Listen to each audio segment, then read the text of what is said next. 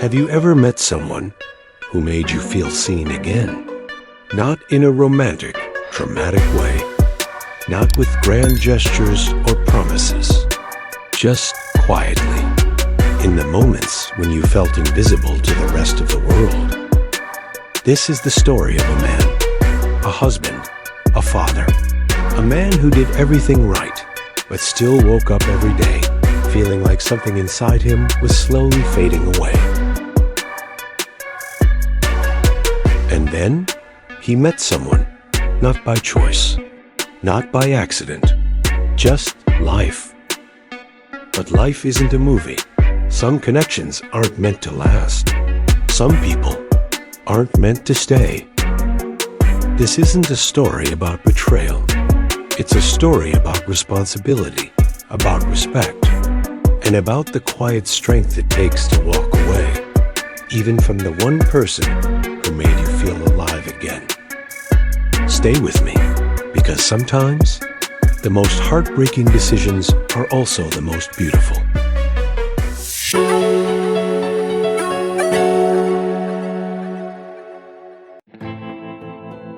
You know, there's a kind of loneliness that doesn't come from being alone. It comes from being surrounded by people, yet feeling invisible.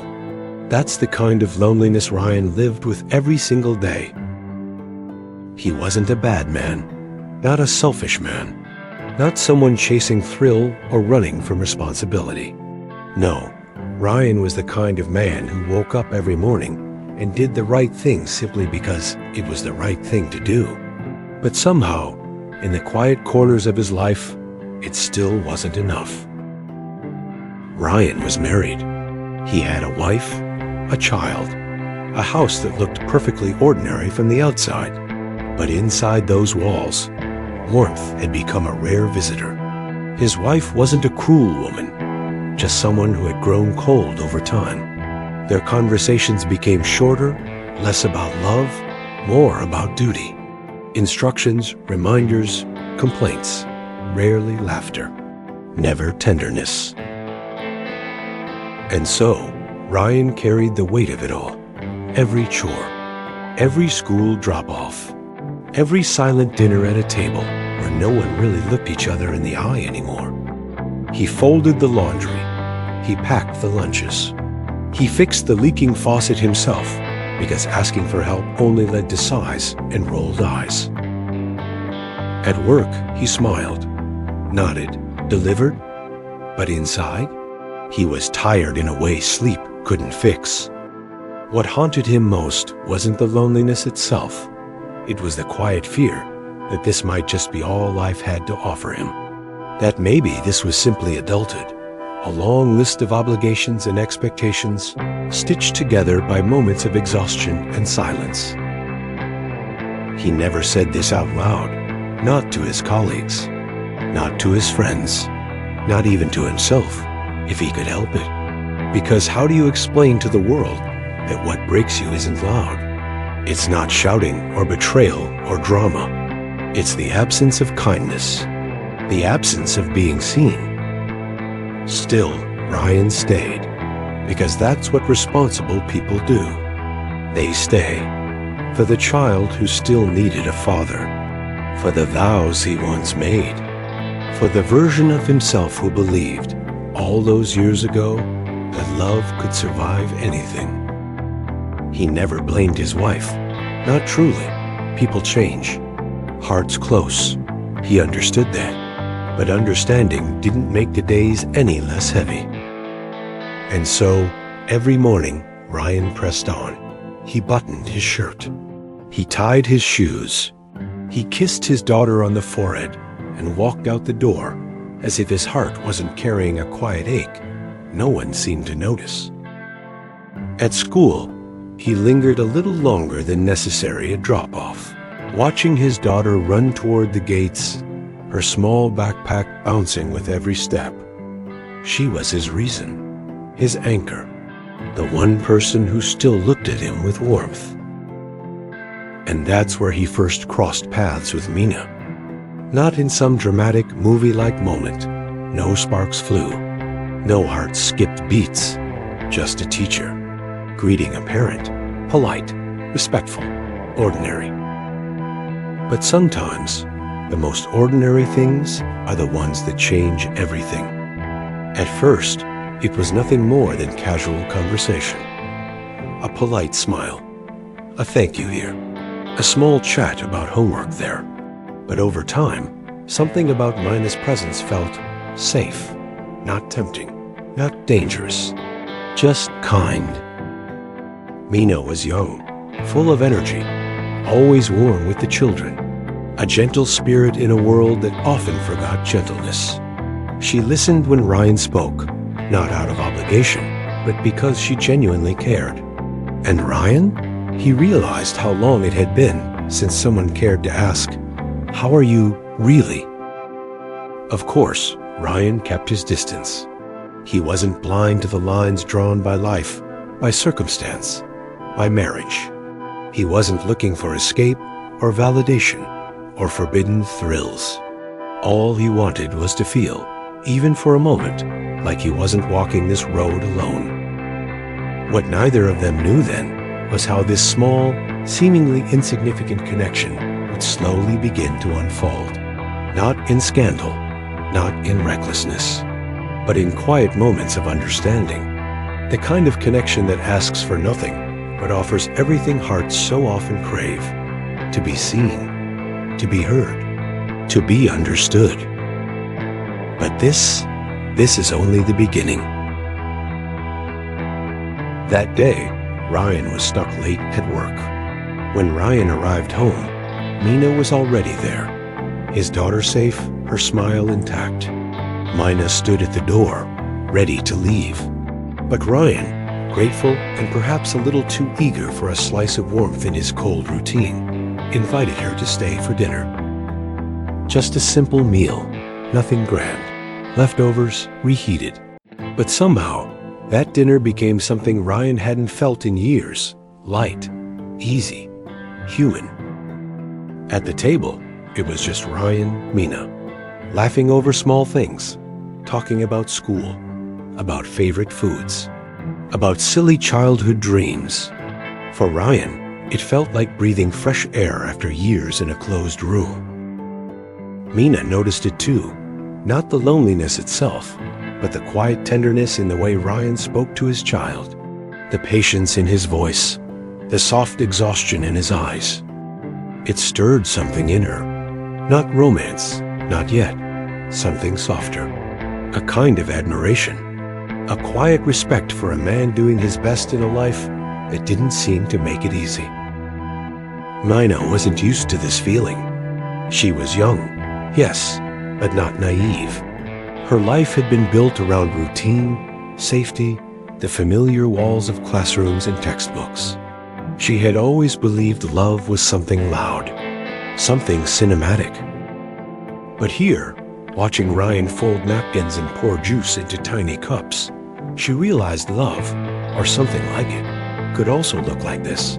Small acts done with care, words spoken with softness, eyes that listened even when lips stayed silent.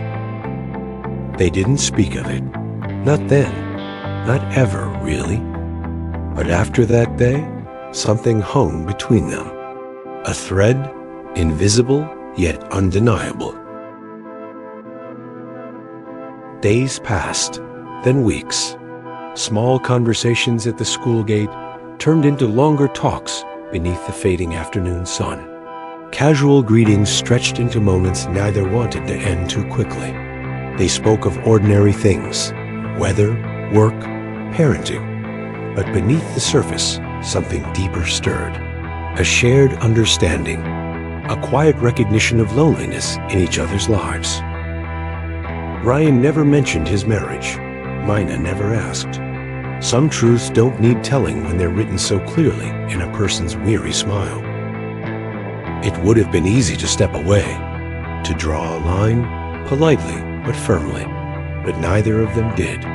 Not because they sought something forbidden, but because, in those fleeting minutes, they found something neither had realized they were missing. Someone who listened, someone who cared, someone who saw them. In a world that so often demanded strength, composure, and silence, they became each other's quiet place, a shelter where neither had to explain or justify or pretend.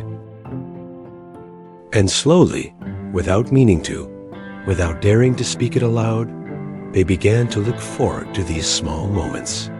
The stolen seconds at the school gate, the shared smiles over coffee cups, the brief exchanges of words that said far more than they should. Ryan knew it was dangerous, not because of what had happened, but because of what hadn't. The heart can betray long before the body ever does. Still, he couldn't pull away. Not yet. And Mina? Mina understood something she hadn't before. Sometimes love doesn't come crashing in like a storm. Sometimes it arrives as a whisper, soft, uncertain, but impossible to ignore. Over time, Ryan and Mina simply became part of each other's days. They met often now, sometimes by accident, sometimes not. A cup of coffee here, a few words after school there. No one would have noticed. Nothing looked out of place, but inside, everything was shifting. Ryan found himself laughing more in those brief minutes with Mina than he did in his own home. And Mina realized how easily a person could grow attached to kindness, to being seen, to feeling like someone's words actually mattered. They didn't cross lines, not physically, not openly, but the heart doesn't draw its boundaries in the same places the world does. Ryan knew it couldn't last, but Mina had become his refuge, a place where he could breathe without apology, where his exhaustion wasn't weakness, but something understood without judgment. Ryan wondered what would happen if he reached for her hand, if he let the conversation slip into something neither of them could take back, but he didn't. They both knew better. Some lines, once crossed, cannot be uncrossed. Still, the weight of what wasn't said hung between them, heavy and fragile, both knowing it couldn't, shouldn't last. They didn't say goodbye, not really. Some connections don't end in words. That day, Ryan sat alone in his living room, the house silent, but for the ticking of a clock that suddenly seemed too loud. And he realized he was more lost than he'd ever allowed himself to admit. Not because of Mina, not because of anything she had done, but because somewhere along the way, he had stopped asking himself what happiness even meant. Mina hadn't given him answers. She hadn't offered escape. She had simply held up a mirror to the emptiness he'd been trying so hard to ignore. And sometimes, that's all it takes to change everything. For Ryan and Mina, there was never a moment where things spiraled out of control. No recklessness. No betrayal of the promises that still silently shaped their lives. Just two people, standing at the edge of something that couldn't, shouldn't, become more. The realization didn't come suddenly. It arrived like all truths do, quietly, persistently, in the soft moments of reflection neither of them wanted to face, but knew they couldn't keep avoiding. They had built something, a connection, a bond made of shared silences, honest words, and the comfort of simply being understood, but both knew it wasn't theirs to keep. Ryan saw it. He thought about the man he wanted to be, about the example he would set, not through grand gestures, but through the choices made in quiet moments no one else would ever see. And Mina realized it too, in the way Ryan's words lingered with her long after they'd said goodbye. They didn't speak of endings, not directly. But one day, Ryan simply stopped lingering after drop-off. He smiled, thanked her as always, but his steps became quicker, his conversations shorter. And Mina didn't chase him. She understood. Because real care isn't selfish. It doesn't ask others to break themselves for its sake. Real care lets people go, even if it hurts. Ryan returned home that evening, not with relief, but with a quiet ache wrapped in something steadier: peace. He sat beside his wife at the dinner table. Their words were few, but something was different. He noticed the way her hands fidgeted with her fork, the way exhaustion hung beneath her eyes too. And for the first time in a long time, he wondered if maybe she was just as tired as he was. Maybe her coldness wasn't cruelty, but survival. Maybe somewhere, she too had been hoping he'd see her again. Not as the woman she had become, but as the person she used to be. Change wouldn't come overnight. They were too far down the road for that kind of miracle. But change could come, slowly, in small gestures, in patience, in trying. And Mina returned to her classroom, to her routines, to the quiet life she had chosen long before she'd met a man like Ryan. She carried with her no regret, only gratitude. Gratitude for a glimpse into a heart that reminded her how fragile, how precious human connection can be. Sometimes, the people we meet aren't meant to stay. They're meant to remind us of what we've forgotten, to teach us something we needed to learn, to show us a reflection of who we are and who we still want to become. Ryan and Mina didn't exchange final goodbyes. Life rarely offers such clean endings, but both carried forward something quiet and lasting, a respect for the lines they hadn't crossed, an understanding of the lessons they had shared. Because in the end, strength isn't in pursuing what feels good. Strength is in knowing when to let go. Some connections aren't meant to last forever. Some hearts cross paths only to remind each other of kindness, of respect, and of the quiet courage it takes to walk away, with dignity, with gratitude, and with peace.